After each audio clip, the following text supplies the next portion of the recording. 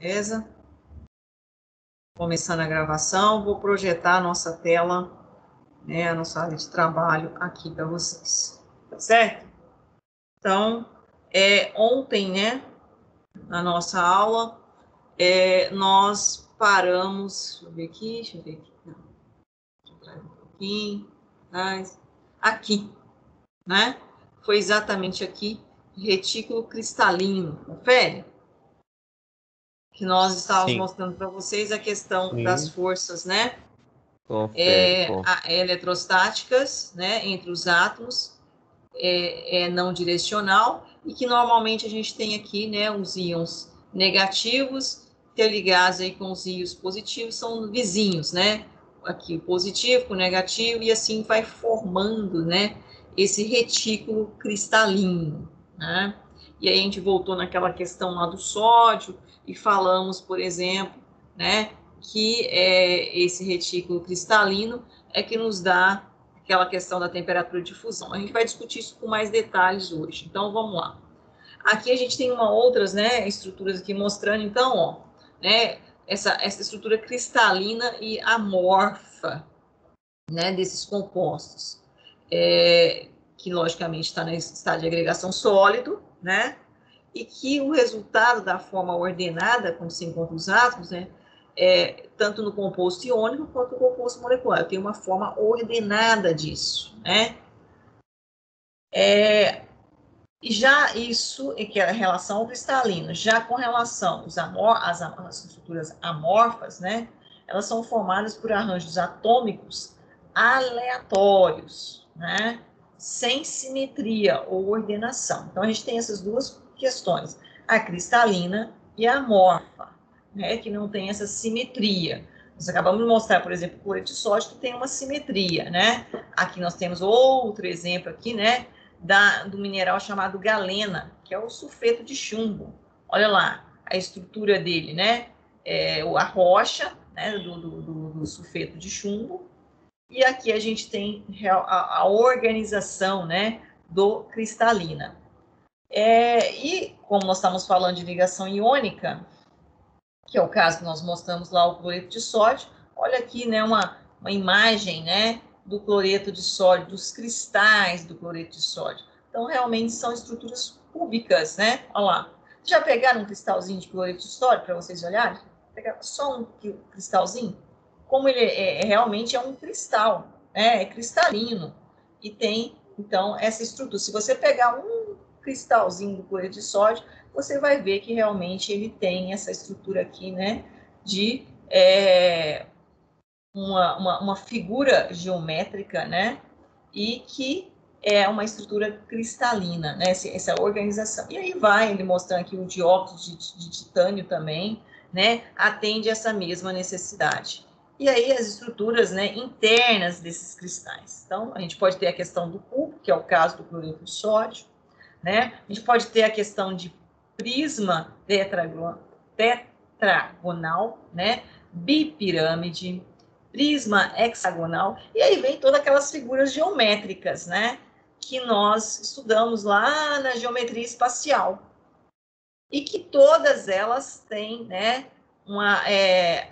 como se diz, os cristais, né, tem esse desenho geométrico, a região interna desses cristais, e está relacionado exatamente com a disposição dos cátions e ânions, né?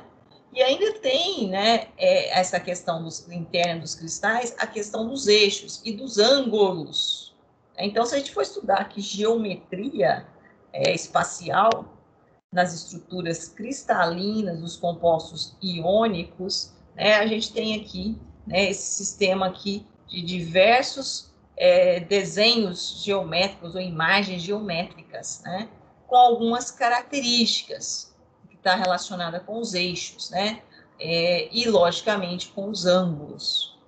Olha que interessante, né? Então, às vezes a gente pega um cristalzinho de sódio, né, e a gente não imagina que ele é cúbico, né, de um cloreto de sódio ele é cúbico, onde os eixos, né, do cubo A é igual a B, que é igual a C, e que os ângulos, né, todos os ângulos que eu tenho aqui, ó, alfa, beta e gama, né, desse cubo, são de 90 graus. Né? Eu posso ter tetragonal, tem um B diferente do C, né, mas a angulação também continua sendo 90 graus. E aí, por exemplo, tem o hexagonal, que o B também é diferente de C, só que agora eu tenho dois ângulos de 90 e um ângulo de 120, e assim por diante. Então, é só uma curiosidade, você não precisa, logicamente, a gente não tem que decorar isso aqui, mas ter noção que os cristais, né, a estrutura cristalina, que é aquela disposição cátion-ânion, né, pode formar, dependendo de que ela pode formar um cubo, ou ela pode formar um prisma tetragonal, ou uma bipirâmide. Vai depender de quê, pessoal, para ela formar uma figura diferente da outra? O que vocês acham? Hein, Matheus? O que vai interferir? Né? Por exemplo, aqui, ó, A estrutura o sódio. cristalina? Pois é, essa estrutura cristalina vai formar um desenho geométrico espacial, né? Aí esse desenho geométrico, por exemplo, do cloreto de sódio, é isso aqui, que na verdade é o quê? É um cubo, que a gente acabou de ver que esse cubo tem essa, que esse cubo tem essa característica, angulação interna, os ângulos internos são todos de quê? De 90 graus. É uma figura geométrica espacial. Mas por que o cloreto de sódio forma essa estrutura? E não o cloreto de sódio formaria essa estrutura tetragonal. Por que ele forma a estrutura cúbica? Tem alguma coisa que vai direcionar ou não? É aleatório? Não, é do que a gente tá falando na aula passada, eu só esqueci o nome. Ah, Eita. só mexer aqui um pouquinho. Pode falar, estou ouvindo. Alguém tem mais uma observação?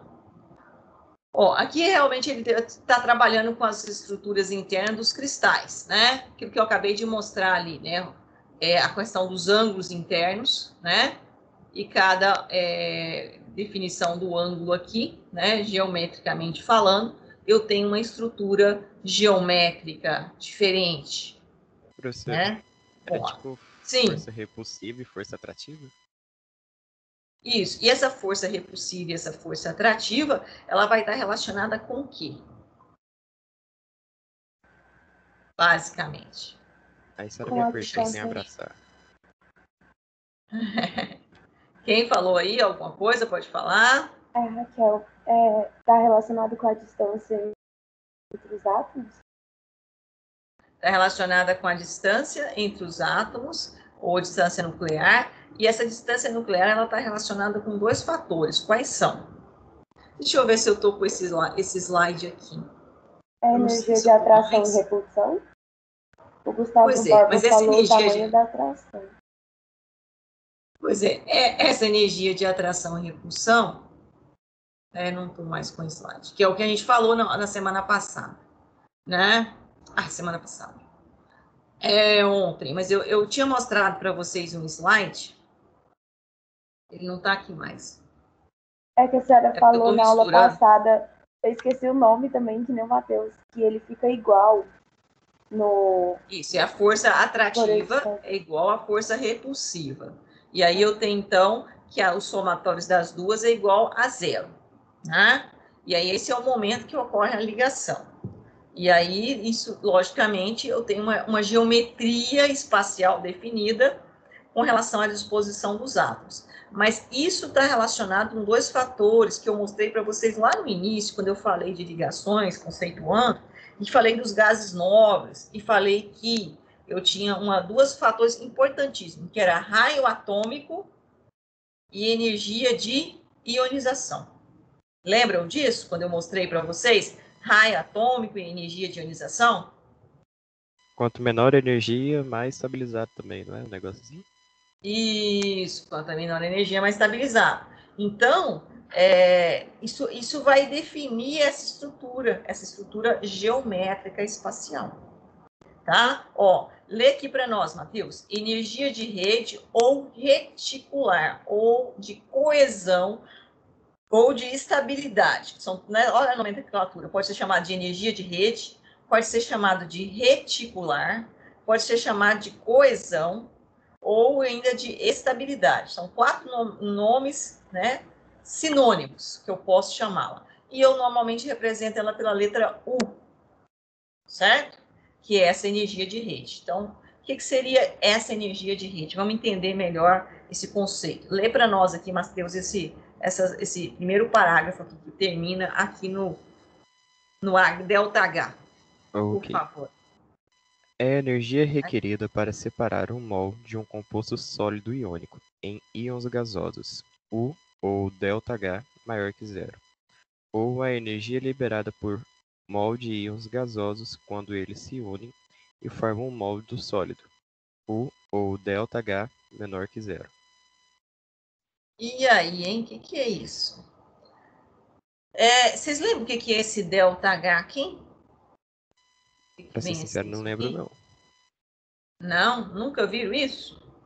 Alguém lembra? Quando ontem, isso eu acho que eu tenho. Eu já estou perdendo, é porque eu tô aproveitando os slides. O Gustavo Borba disse que é entropia. Na verdade, não é entropia, Gustavo, é entalpia. A entropia é o estado de desordem, né? Que eu também calculo, é mensurável também, né? É o ΔS. Esse aqui é o ΔH, que é a entalpia. E aí eu tenho aqui, deixa eu ver aonde eu tinha isso. Tô meio aqui, papapá. É porque, na verdade, estou misturando os slides de vocês com o pessoal da engenharia mecânica. E aí eu estou ficando perdida, para eu aproveitar as coisas. Aqui, ó. Nós mostramos isso aqui ontem, não mostramos? Formação de cloreto de sódio em quilojoules por mol e falamos de energia absorvida e de energia o quê? Liberada. E no final do processo, nós temos uma energia o quê? Liberada para a formação do sólido. Não foi isso? Cloreto de sódio é o sólido. Então, teve todo o processo de passar o sódio sólido para gasoso, o cloreto para gasoso, depois para a forma iônica, e aí depois, finalmente, né, para ocorrer a reação, o balanço dessa equação química que representa a reação, e eu ter como resultado final o cloreto de sódio sólido. E aí nós falamos que o processo é o quê? Exotérmico, certo? Processo exotérmico é aquele que libera energia, ou seja, eu saio de uma condição de maior energia e chego numa condição de menor energia. E nesse caso, eu tenho, então, exatamente o quê? Um ΔH, né? O que seria o ΔH? O que vocês lembram disso? Gustavo? Seria Quem energia? falou lá? Exatamente, essa variação de energia. É a energia, né? É a entalpia final. Opa, tô sem. A entalpia final. Opa, menos a entalpia, o quê? Inicial.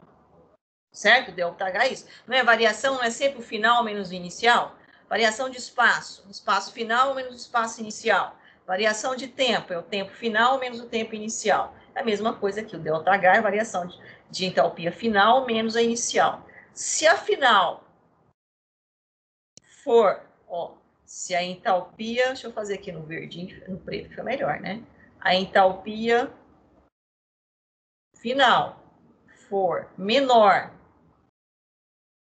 que a entalpia inicial, o nosso ΔH, ele vai ser maior do que zero ou menor do que zero? Maior do que zero. Ó, final é menor do que o inicial. Então, vamos colocar número. Se eu tiver aqui, ó, o final é 5. Se o final é menor do que o inicial. Vai ficar negativo. Vamos pensar, o final é 5, o inicial é 4. Ah, final é menor, contrário. Ih, mas estou ficando pior. Estou ruim hoje, hein? Contrário aqui. Final menor. Então, o final, na verdade, é 4. Joga no valor. E o inicial é quanto? 5. valor aqui vai ser o quê? Menor do que 0. Confere? Tá claro Certo, isso? depois da conta. Né? E aí, o que ele falou aqui, ó? A energia é o quê? Liberada por mol de íons gasosos quando eles se unem, formando um mol do sólido. O ΔH é o quê? Menor do que 0. É exatamente isso aqui, não é? ΔH menor do que 0. O que foi lá no sódio que a gente viu? Que eu acabei de mostrar o slide anterior. Vamos lá de novo. Vou localizar ele aqui.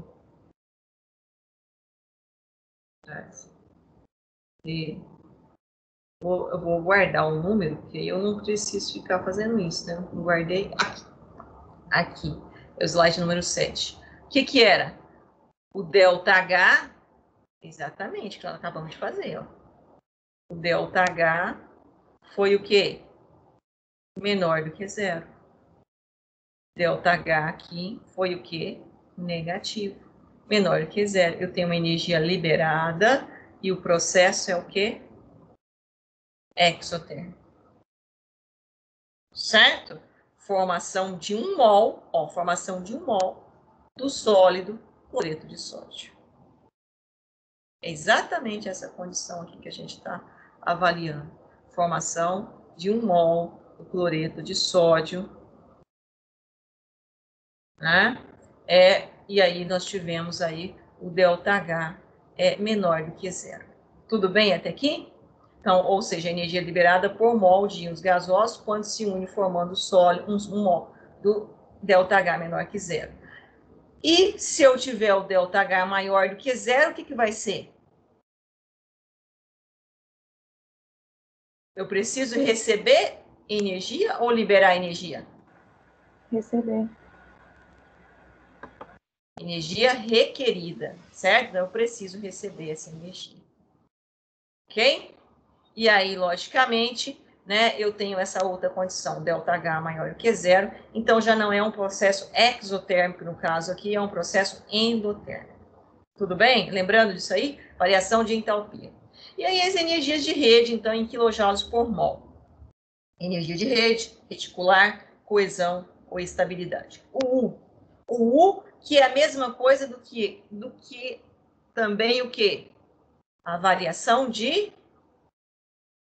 energia, o ΔH. Eu posso falar em U ou eu posso falar o quê? Em ΔH, tá? Em quilojoules por mol. Então, ó, na rede cristalina, isso aqui é importante, na rede cristalina, maior o ânion, menor a energia de rede ou de estabilidade. Vocês conseguem entender isso ou não, pessoal? Isso é importantíssimo. Na rede cristalina, então a gente mostrou forma nos cristais. Quanto maior é o ânion? O que significa quando o ânion é maior?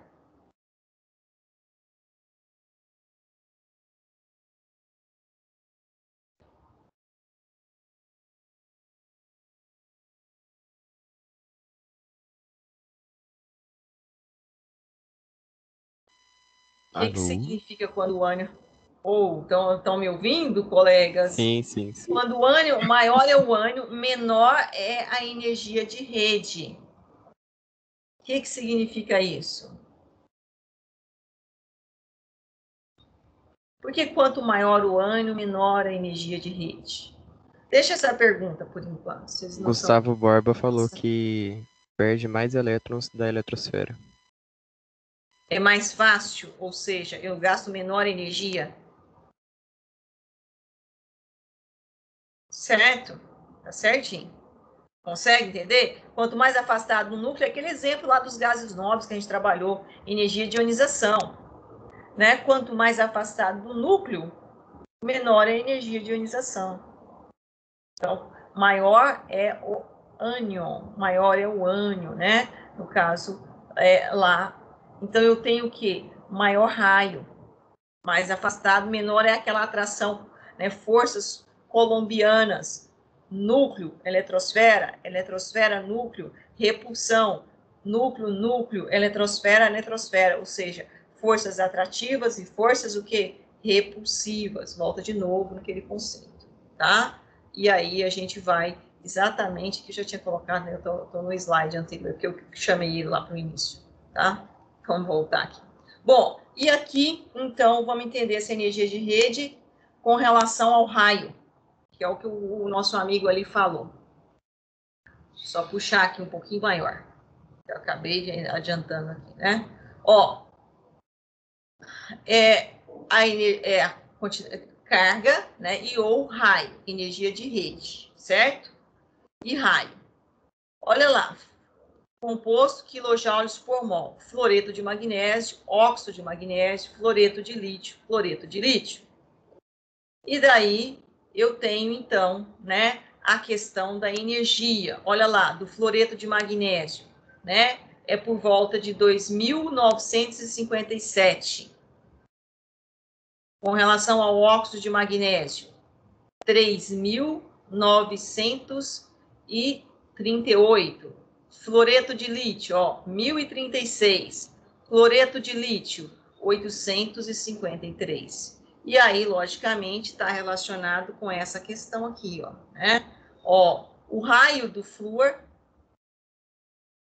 deixa eu colocar o flúor aqui, quem não lembra. Flúor tem número atômico 9. E o cloro? E o cloro tem número atômico 17. Quem tem maior raio? É o flúor ou é o cloro?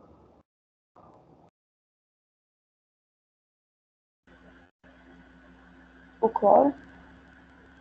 O cloro, olha a carga nuclear do cloro, 17, tem o quê? Número atômico igual ao número de prótons, que é igual ao número de elétrons. Né? Nós fizemos a distribuição do cloro ontem, vai até a terceira camada, não é isso?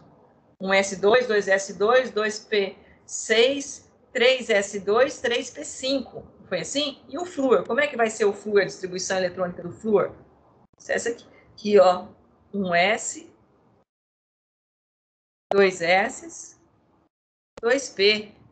Se nós fizermos aqui, passando os níveis, como é que vai ficar do flúor? Só para recordar, como é que vai ficar? Exatamente isso aqui, ó. 2.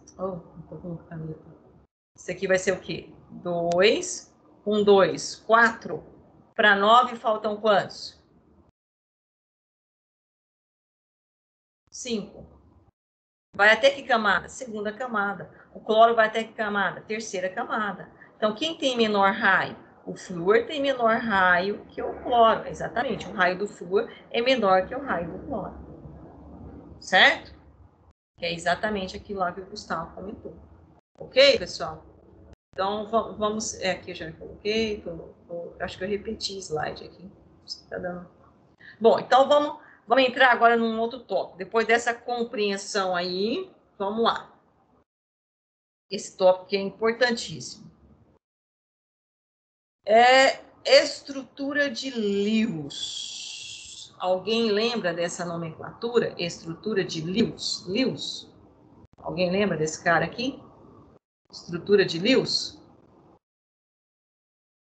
Esse cara, né, famoso dentro da área da química, né, tem várias contribuições na química, e ele inventou, né, ou demonstrou, ou enfim, em 1916, né, então não é tão pouco dias aí, tem alguns dias, que ele, didaticamente, ele criou um modelo, na verdade é um modelo, né, de mostrar os elétrons de valência. Nós sabemos o que é camada de valência, né? E quando eu acabei de fazer aqui, né, isso aqui é o quê? É a nossa camada de valência. Quais são os elétrons de valência do flúor aqui? Quais que seriam os elétrons de valência? Hein, pessoal? Quais são os elétrons de valência do flúor? Fala para mim, para eu ficar feliz. São 7. 2 no subnível S e 5 no subnível P, elétrons de valência, né? E Lewis desenvolveu um modelo para representar isso. Que forma que foi esse modelo? Olha lá, olha o flúor aqui, ó. Nós acabamos de mostrar lá, ó. 2, 4, 6, 7. Ó, eu mostrei isso aqui ontem para os senhores. Deixa eu fazer aqui de forma diferente aqui. Azulzinho, não, amarelinho. Ó. Foi isso aqui que nós fizemos ontem. Não foi? Tem quantos elétrons aqui? 2, ó. Spin para cima, spin para baixo. Aqui, subnível P, da mesma forma.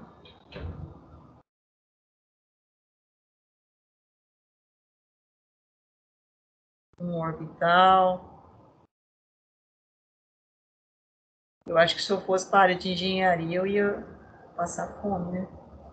Desenhar não é comigo, não. 5 elétrons. Mas eu vi que tem um negócio aqui, ó, que eu faço aqui, ó, forma geométrica. Vou treinar um pouquinho mais nele, que aí eu vou fazer mais rápido. 1, 2, 3.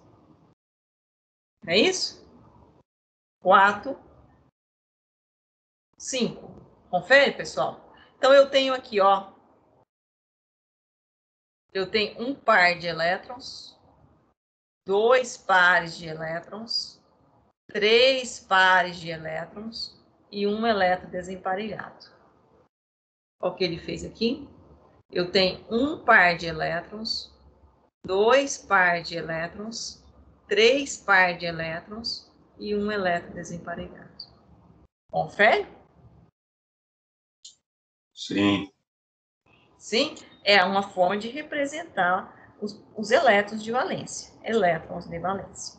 E o magnésio, se você fizer a distribuição do magnésio, para quem não lembra, vamos lá, magnésio, 12. 12 fica com, ó, 1S, 2S, 2P, 3S. Feio, hein?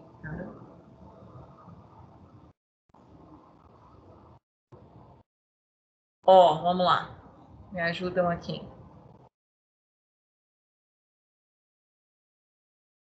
Com 2, 4, com 6, 10, com 2, 12.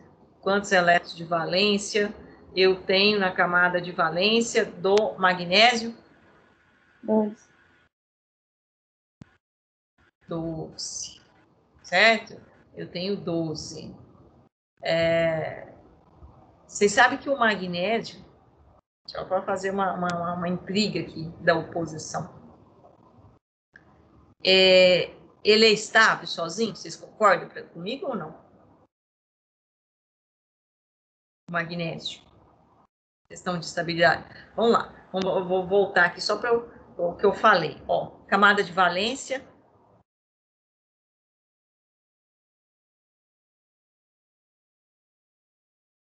Tem quantos elétrons? 2. Certo? Aí eu vou fazer a pergunta agora. Magnésio é estável sozinho? Nessas condições aqui? Sim. Sim. Por quê? Porque está todo mundo emparelhado? Porque está todo mundo emparelhado. Ah, ele não é gás nobre. Né? Está lá no grupo, na segunda coluna da tabela periódica. Né? Berílio, magnésio, cálcio, estrôncio, bário, rádio. Se pegar lá a segunda coluna da tabela periódica, vai encontrar isso aí. Certo? E todos estão com essa configuração. 2 elétrons na camada de valência orbital completa. Nesse caso aqui do magnésio em especial, com os 2 elétrons no subnível S, ele está redondinho, bonitinho. Ele consegue coexistir sozinho? Consegue. Magnésio consegue. Certo? Olha, professora, você falou se o átomo está estável, ele não se liga? Não falei isso, não. Tanto é que os gases novos estão estáveis se ligam. Então, aquela coisa que você estudou, que os gases nobres têm 8 elétrons na camada de valência e não fazem ligação, por isso são chamados de nobres, aí sim nós temos uma falha nessa política aí. Pode fazer, o magnésio também pode fazer, depende das necessidades, depende das condições energéticas, que é o caso aqui, ó. Olha o caso aqui, o que acontece? Tem o magnésio e tem o flúor. Olha lá, o magnésio está com um parzinho de elétron dele bonitinho aqui, ó. Olha o parzinho de elétron dele bonitinho. Mas se eu tiver aquela força de atração igual à força de repulsão, ou seja, a força de atração mais a força de repulsão igual a zero, é aquela distância, né, que eu tenho essa condição de equilíbrio, eu posso ter uma ligação entre o átomo de magnésio e o átomo de flúor. E ainda é uma ligação da seguinte forma, ó, um flúor pega um elétron dele e distribui para um magnésio. E eu tendo, logicamente, eu vou precisar de 2 magnésios, porque ele pega dois flúor. Ele pega o outro elétron dele e distribui para o outro flúor. O que acontece com o meu átomo de magnésio? Hein, pessoal?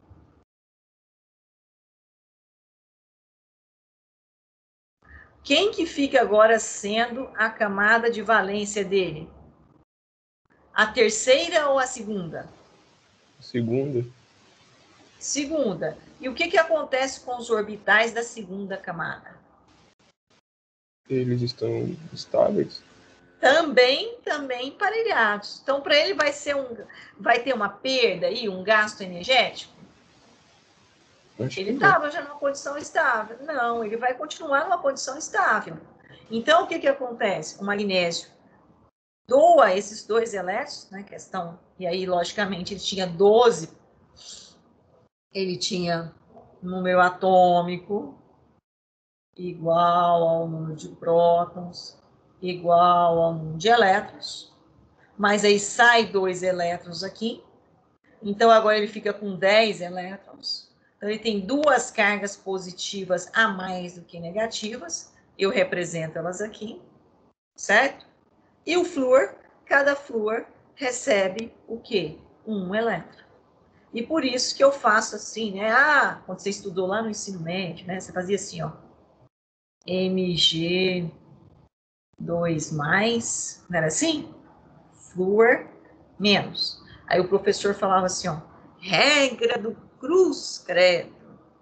Assim, carga que está no ânion vem para o cátion sem o sinal. Carga do cátion vem para o ânion sem o sinal. E aí eu tenho essa estrutura. Qual estrutura que nós temos? Nós temos assim, ó, MgF2.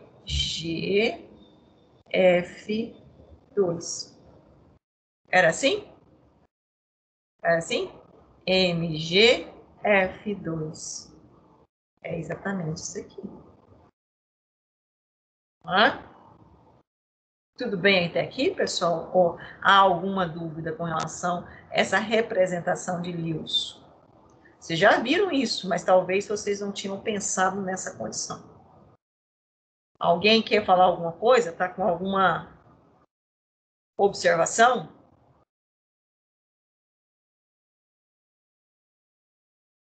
Não? Tá tudo bem? Tudo ok? Ok. Hein? Tudo ok? Tá bom. Bom, então vamos lá. Se vocês compreenderam isso aí que a gente acabou de colocar, vamos fazer uma leitura rápida disso aqui. Meu amigo Matheus, faça a leitura aqui. Propriedades compostas. Por favor, Matheus, se você não ficar chateado comigo. Propriedades compostos iônicos. Ok. São sólidos nas condições ambiente. Apresentam altos pontos de fusão e ebulição. São condutores de eletricidade quando fundidos ou dissolvidos em água. A maioria dos compostos são solúveis em água. E aí, vocês acham que isso tem coerência ou não? São sólidos em condições ambientes. Por que eles são sólidos em condições ambientes?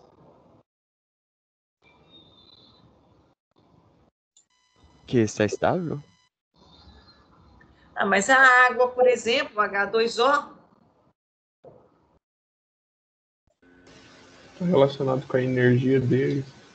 Eles apresentam altos pontos de fusão e ebulição.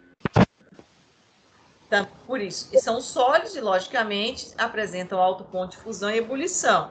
Esse alto ponto de fusão e ebulição e estado sólido está relacionado diretamente com a estrutura interna dos cristais. As diferentes geometrias que esses cristais podem formar, e essa geometria desses cristais está intimamente relacionada com isso aqui. Né?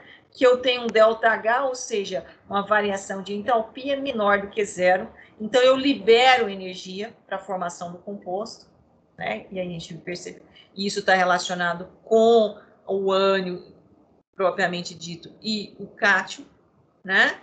E aí, então, relacionado com o quê? Com raio, com energia de ionização e, logicamente, com força atrativa e força repulsiva. São isso que faz dessa estrutura menor energia, maior estabilidade. Se eu tenho menor energia, maior estabilidade, eu tenho essas condições, né? Eu estou realmente formando um retículo cristalino e, logicamente, para romper essas ligações, eu tenho que são a energia alta, porque eu tenho baixa energia. Se eu tenho baixa energia, para eu romper, eu tenho que aumentar essa energia. Então, a energia de passagem do estado, fusão, passagem do estado sólido para o estado líquido, e ebulição, passagem do estado líquido para o estado de vapor, tem que ser extremamente elevada. São condutores de eletricidade. Ah, mas pega um cristalzinho aí, um pouquinho de sal de cozinha de vocês aí, e coloca um polo negativo e um polo positivo entre ele. Ele vai conduzir eletricidade? Sólido. Tenta montar uma pilha aí com o sal sólido, no estado de agregação sólido, ou desidratado. Desidratado ou sólido. Uma coisa é desidratado, outra coisa é sólido. São duas coisas distintas. Ele vai conduzir eletricidade, pessoal? Não. Lógico que não, né? Mas quando que ele conduz, professora? Quando eles estão o quê? Fundidos ou dissolvidos em água, ou seja, hidratado ou fundido. Passei do estado sólido para o estado líquido ou salvatei, porque quando eu coloco sal na água, eu não estou fundindo, não é isso? Eu estou dissolvendo. Tanto é que se eu evaporar a água, o sal continua lá, né? Então, a maioria dos compostos são solúveis em água. Aí tem uma outra característica importante, né? Por que esse alto grau de solubilidade nessa substância aqui, ó, H2O? Eu vou fazer essa pergunta e eu vou deixar ela aqui. Por que esse alto grau de solubilidade? Peguei sal de cozinha e coloquei em água. Solubiliza? Solvata? Sim. Por quê? Porque Tem a professora. ver Não. com a polaridade, professora? Tem a ver com a polaridade. Ah, mas a gente vai falar da água agora. A água não é uma substância iônica, é uma substância molecular.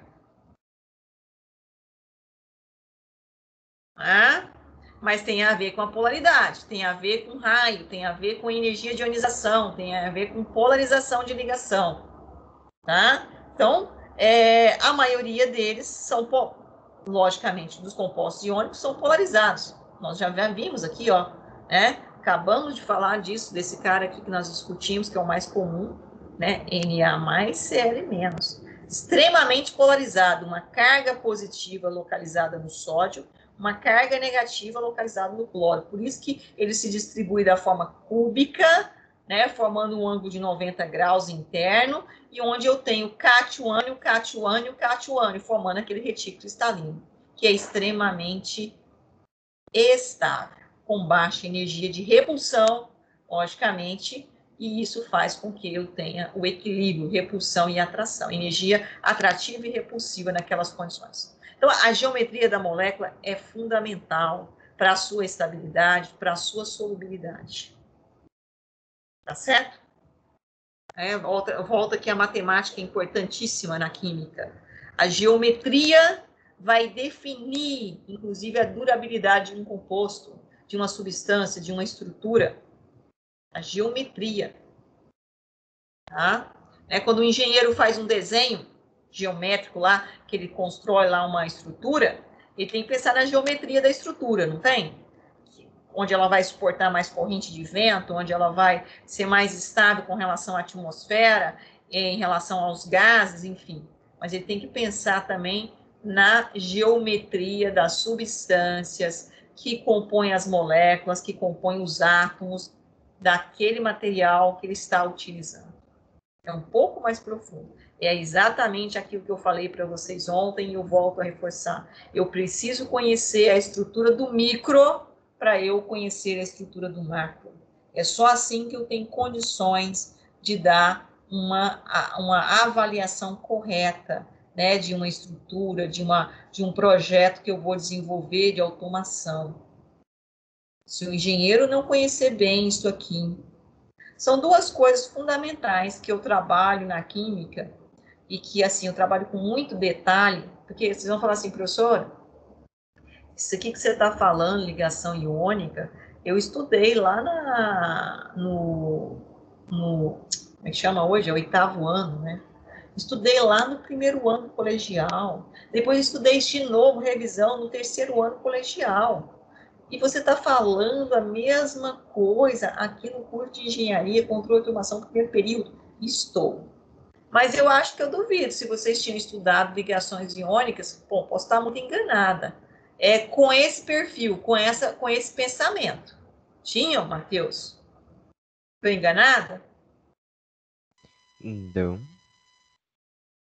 Estou enganada, sim? Não. Não. Você tinha pensado nisso, que existia tanta coisa por trás dessa ligação entre sódio, o íon sódio e o íon cloro? Não. Não tinha pensado que existia essa historinha toda aí, né? Então, é isso que é importante. Eu acho que vocês realmente, refletirem com relação a isso. E aí, vamos lá, então. Deixa eu aumentar aqui, porque senão vocês não conseguem visualizar. Vocês estão vendo a minha tela, né? Tá bem aí para visualização da tela? Ninguém reclamou, eu estou mandando ver aqui. Tá beleza. Vamos ver. Tá beleza? Matheus, vamos lá então. Vamos olhar, vamos entender essa tabela aqui, tá certo? Meu Então, Deus. propriedade dos compostos iônicos, né? E aí a gente tem aqui, ó, energia de rede em quilojoules por mol. O que é energia de rede mesmo, que a gente estudou? Como que vocês iriam definir para mim energia de rede?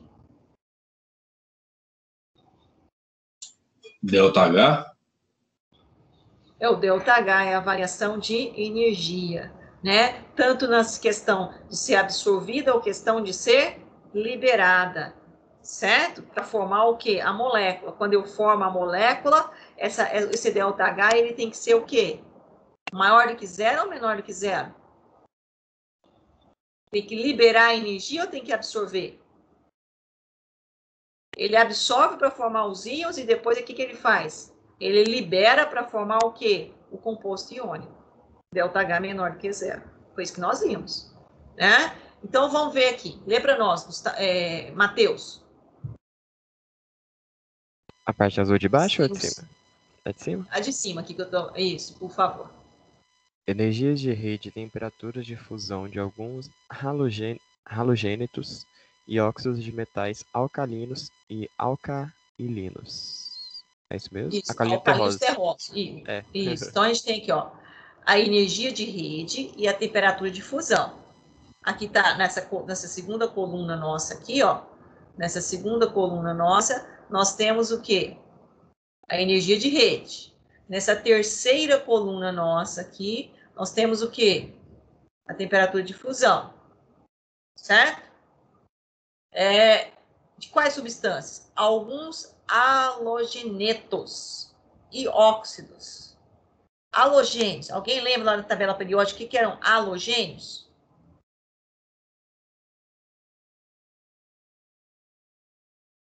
Não. Não? Não, não. Alguém? Ninguém lembra? Se estudar lá, metais alcalinos terrosos, halogênios, calcogênios, família do carbono, família do boro. O que eram os halogênios?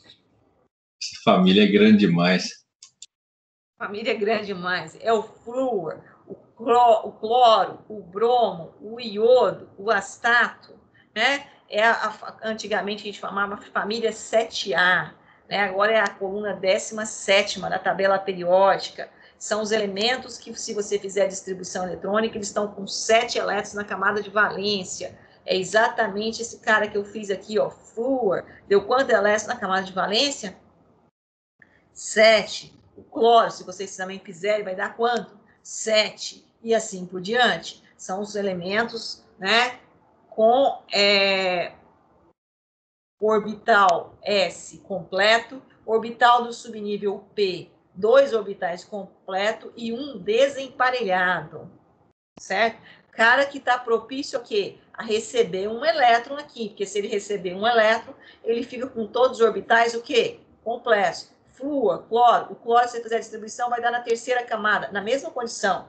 3S2, 3P5. Flúor, cloro, bromo. O bromo vai ser o quê? Quarta camada. 4S2, 4P5. Então, flúor, cloro, bromo, iodo. O iodo vai ser o quê? Quinta camada. 5S2, 5P5.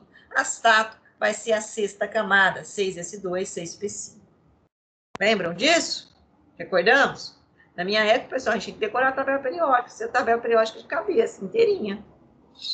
Então, ó, tá aqui os compostos. Flúor, cloro, bromo e iodo. Trabalhou com esses 3 aí, ó. Deixa eu só colocar eles de amarelinho aqui pra gente não recordar. Então, esse flúor... Não, amarelo não dá, né? Não deu, não. Também, antes do amarelo, eu pegar amarelo. Vou pegar vermelho. Então, ó. Flúor, cloro, bromo e iodo. Certo? Foi os que ele trabalhou aí, que são os halogenetos, os halogênios. Óxidos. O que são óxidos, pessoal? Quais são óxidos? O que é óxido?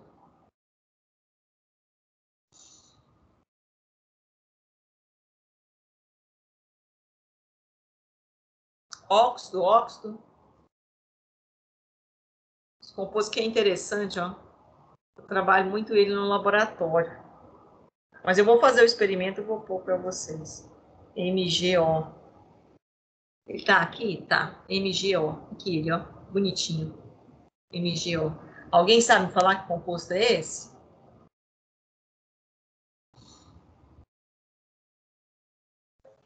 É tipo uma ligação com oxigênio?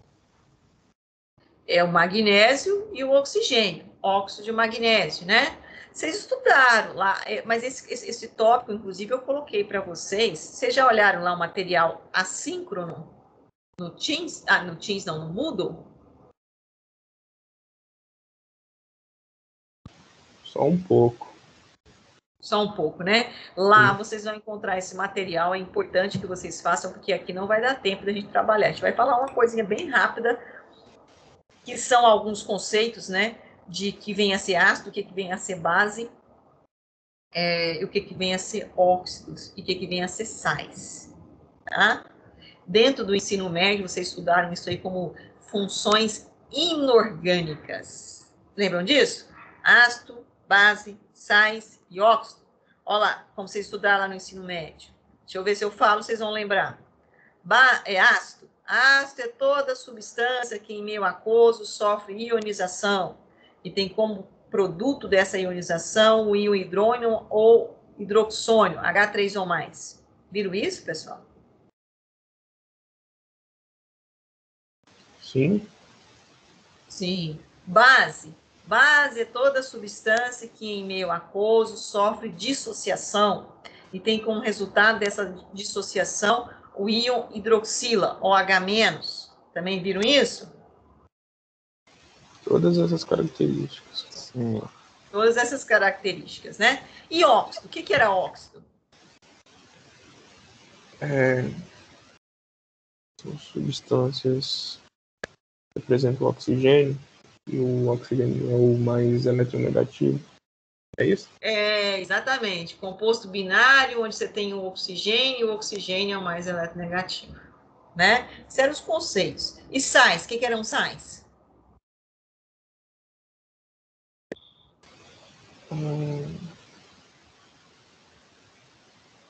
São substâncias que tinham condutividade alta. Alta condutividade, alto ponto de fusão e ebulição, e meio aquoso sofre dissociação. Isso. E conduz corrente elétrica. O Gustavo comentou que é ácido mais base. É o produto de uma reação de neutralização entre ácido mais base. Isso. Então, foi isso que vocês estudaram em funções inorgânicas. A gente vai estudar um pouco isso de uma forma mais aprofundada, né? Mas assim, corrida. Então, por isso eu coloquei aquele material lá no Moodle para vocês, que eu quero que vocês revisem isso, porque o que eu falar aqui vai ser um pouco mais aprofundado. Ligações eu estou indo devagar, lento, passo a passo, porque é importante, porque não dá para eu falar em corrosão se eu não tiver realmente entendido como que formou aquele composto, aquela substância. Eu só vou conseguir falar em corrosão, degradação, deterioração do material a partir do que eu entender como ele se formou. É o processo inverso. Por isso, esse trabalho aqui com ligações um pouco mais acentuado. Bom, então, voltando aqui a entender a tabela. Cadê meu amigo Matheus? Alcalinos terrosos. Os compostos, certo? A energia de rede e a temperatura. Vamos entender o primeiro aqui. Vamos pegar a primeira linha. Esse composto que está aqui na primeira linha, ele é um sal, ele é um óxido, ele é um ácido ou ele é uma base?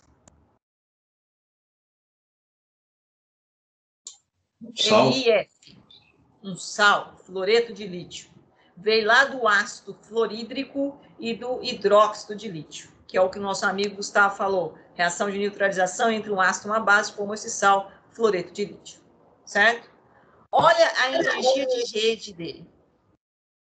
A energia de rede dele é de 1017 kJ por mol. Tá? Qual é a temperatura de fusão? 845 graus. Alta, hein? 845 graus Celsius. Na chaminha de fogão nossa aí, a gente não consegue fazer essa fusão, não. Certo? 845 graus. Ok, vamos dar uma olhada na segunda linha. A segunda linha é substância é essa aqui na segunda linha? Cloreto de lítio. Continuou o lítio.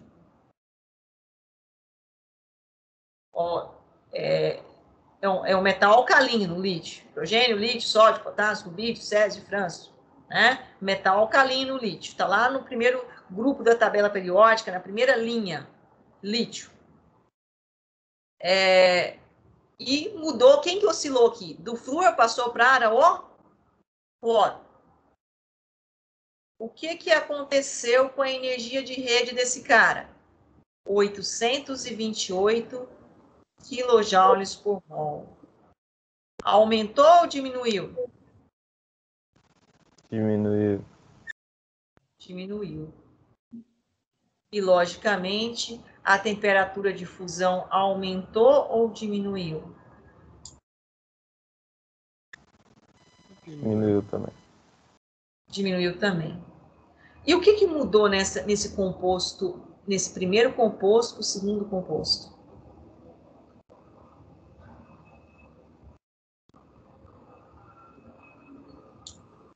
Era flúor, passou para cloro. Qual que é a diferença do flúor para o cloro? Quem tem menor raio? O flúor ou o cloro? Flúor. Quem está tentando falar? Flúor tem menor raio. Flúor tem menor raio. Se o flúor tem menor raio, o que acontece com a energia de rede dele? É maior ou menor? Maior. maior. Quanto menor o raio, Maior mais energia de difícil de eu mexer nos... Maior energia de rede, certo? Maior é a atração e, consequentemente, para eu romper isso aí, eu vou gastar uma energia maior, temperatura de fusão. Certo? A mesma coisa ele fez aqui para as demais substâncias. A gente tem que pegar, né, duas fixas, uma fixa, que é o lítio, e avaliar. Olha lá, eu pulei, fui rápido aqui, porque a gente já está vencendo o nosso horário, mas se você fazer para o bromo, olha o que aconteceu com o bromo. Continua a mesma tendência. Maior raio ainda é o bromo. Então, o quê? Menor a energia de rede do bromo e, logicamente, menor é a temperatura de fusão. Se eu fizer para o iodo, que, ó, a tabela periódica, eu tenho assim, ó, esses aqui são os halogênios. É flúor, cloro, bromo e iodo. Segunda camada, terceira camada, quarta camada, quinta camada. Maior raio. Quem tem maior raio? Iodo. Quem tem menor temperatura de fusão? O composto de lítio, que é de iodo. O sal de lítio de iodo. Então, entre fluoreto de lítio, cloreto de lítio, brometo de lítio, iodeto de lítio, né, todos esses compostos aqui são compostos o quê? Iônicos ou moleculares?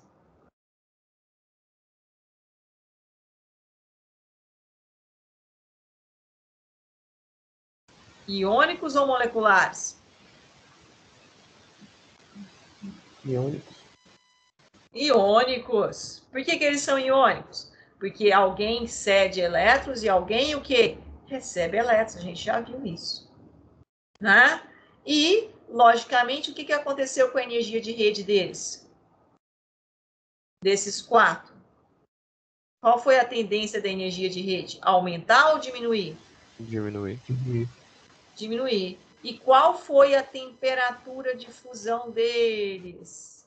Aumentar ou diminuir? Diminuir. Diminuir. Né? Então, quanto menor a energia de rede, menor é a temperatura de fusão. Porque a energia de rede é exatamente aquela energia que faz com que eu tenha o quê? A atração entre os átomos ligantes. Isso está relacionado com o raio. Quanto maior o raio, menor essa atração. Né? Essa questão de puxar cargas positivas com cargas negativas. Tá claro isso aqui, pessoal? Compreendemos ou não? Sim. O professor, o raio que está determinando aí é sempre do segundo elemento, né? No caso, o íon. Porque o lítio foi fixo, né? Lítio e lítio. Então, aí eu comparei flúor, cloro, bromo e iodo. Agora, ó, eu tô aqui, ó, com cloro, bromo e iodo, já para o sódio. Aí é um outro elemento. Olha aí. Entendeu? Aí aqui, eu tô com cloro, bromo e iodo. Agora para quem? Potássio. Agora eu já estou com cloro para o magnésio e oxigênio para o sódio e oxigênio para o magnésio. Então, aí variou, né? Logicamente. Esse cara aqui, ó, o óxido de magnésio, eu faço ele no laboratório para vocês. É o flash fotográfico, quando a gente faz... Eu fiz essa aula para vocês ou não? Fiz não, né, pessoal? Já esqueci. Eu fiz uma aula de teste de chama, que é modelos atômicos. Não. Vocês foram no laboratório comigo? Uma vez. Só uma vez. E eu mostrei para vocês normas de segurança, não foi isso? A gente foi duas, não? Foi uma vez eu falo assim, pra fazer experimento mesmo. Mas foi duas. E qual foi o experimento que nós fizemos? Foi o das chamas, se não me engano. Então, nós fizemos isso aqui, gente. Nós fizemos isso aqui. É isso que eu tô lembrando. Eu acho que eu fiz. Nós fizemos isso aqui, ó. Fizemos. Lembra que eu peguei uma fitinha de magnésio metálico? Sim. Peguei com a pinça. Levei Parecia solda, né? de Bunsen. E tirei. E aí vocês fizeram até o filmezinho, foi isso? Aí falei para vocês, olha, vocês formaram o óxido de magnésio, porque é o magnésio metálico reagindo com quem? Com oxigênio. Para que isso aconteça, eu tive que fornecer energia. Recebeu energia, não recebeu? Aí ele chegou numa condição que, a partir do momento que ele formou o óxido de magnésio, o que ele fez com a energia? Ele liberou uma energia na faixa do visível, por isso vocês viram o quê? Aquele flash, não foi o flash? Está na região do visível a energia liberada, e formou essa substância. Aí lembra que vocês ficavam com o resultado da combustão, voltava lá na chama e tentava ver se ia acontecer alguma coisa. Aconteceu alguma coisa?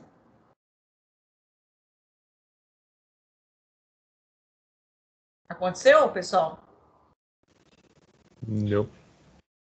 Não, não aconteceu. Por quê? Porque eu formei um composto extremamente estável, de baixa energia, né? A energia de rede dele é altíssima, 3.890 kJ por mol. Olha a temperatura de fusão dele, 2.800 graus Celsius. Nunca, jamais naquela chamazinha, eu vou chegar aqui e fazer isso aqui, ó, quebrar essa ligação. Eu não consigo quebrar essa ligação naquela temperatura. Para eu quebrar essa ligação, eu preciso dessa temperatura aqui, ó, 2.800. Certo? Mas olha o valor da energia de rede dele, 3.890 kJ por mol. Tá certo, pessoal? Então, ó, é necessário grande quantidade de calor para vencer as forças de atração do retículo. Isso implica os elevados pontos de fusão e ebulição dos compostos iônicos. Todos esses compostos que a gente colocou aqui para vocês são compostos iônicos. Formam, então, aquele retículo cristalino que a gente acabou de mostrar para vocês. Certo, pessoal? Pessoal, até aqui, há alguma dúvida do que a gente comentou hoje? Querem tirar dúvida, perguntar alguma coisa? Não. Tá claro isso? Sim. Bom, então a gente vai parar por aqui, que já são 8 horas, né? E nós estamos aí com 13 alunos na sala. Deixa eu só ver aqui que tem uma perguntinha aqui. Alguém perguntou. Ácido mais base. Ah, tá. Foi o nosso amigo que deu aí as dicas aí. Nós vamos, então, baixar aqui a lista de presença de vocês, tá? A lista de presença para colocar lá no Moodle. Deixa eu só baixar ela aqui. Mais opções, baixar a lista de presença. Acabei de fazer a chamada, tá? E agora eu vou parar a gravação. Tem alguma observação que vocês gostariam de fazer? Não. Nenhuma? Então, vamos parar a gravação. Parada a gravação.